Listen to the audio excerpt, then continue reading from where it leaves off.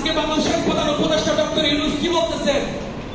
যখনই দায়িত্বে আসলেন ওনার প্রথম মেসেজটা ছিল যুবককে নিয়ে, যে যদি এই দেশের পরিবর্তন আনতে চাও তাহলে প্রত্যেকটা যুবকের বেকারত্ব দূর করার জন্য সবাই উদ্যোক্তা হোক, সবাই মাঠে নেমে যাও, নিজের পায়ে নিজে দাঁড়িয়ে যাও।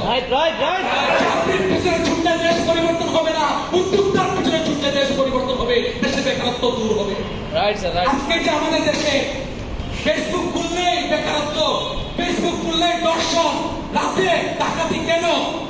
আপনি বুঝে থাকেন আজকে যারা দর্শন করতেছে, আজকে যারা ডাকাতি করতেছে, প্রত্যেকটা বেকার মানুষ। যদি আজকে তাদের হাতে কাজ বুঝিয়ে দেওয়া হতো, তারা যদি চাকরিজীবী থাকতো, ব্যবসায়ী থাকতো, তারা আজকে চাকরি করতো না, আজকে ওই ডাকাতি করতো না, আজকে ওই মেয়েদের পিছনে দর্শনের পিছনে ছুটতো না। আজকে সমাজে যারা ক্ষতির কারণ সবাই দেখেন বেকার।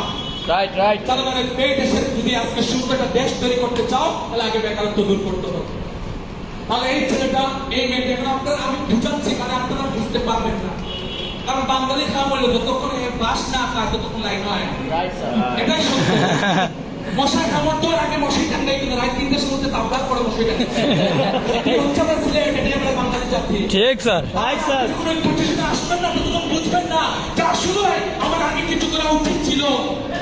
আজকে মাস যুগান্তর 70 বছর ফেসবুক তৈরি করে সারা বিশ্বকে কাঁপাতে পারলে আপনি এগুলো কেন বসে আছেন? আপনি বয়সটা কাজে লাগান, এই সময়টা কাজে লাগান। আজকে সময়কে মূল্য না দিলে একটা সময় আপনাকে লাথি মারবে, লিখে নিয়ে যান।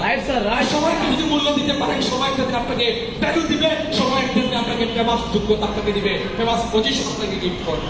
তো আমি জানতে চাই এখানে যারা বসে আছেন, ভাই হিসেবে জানতে চাই, পড়াশোনা শেষ করে চাকরির পিছনে ছুটবে না পড়াশোনার পাশাপাশি এমন কিছু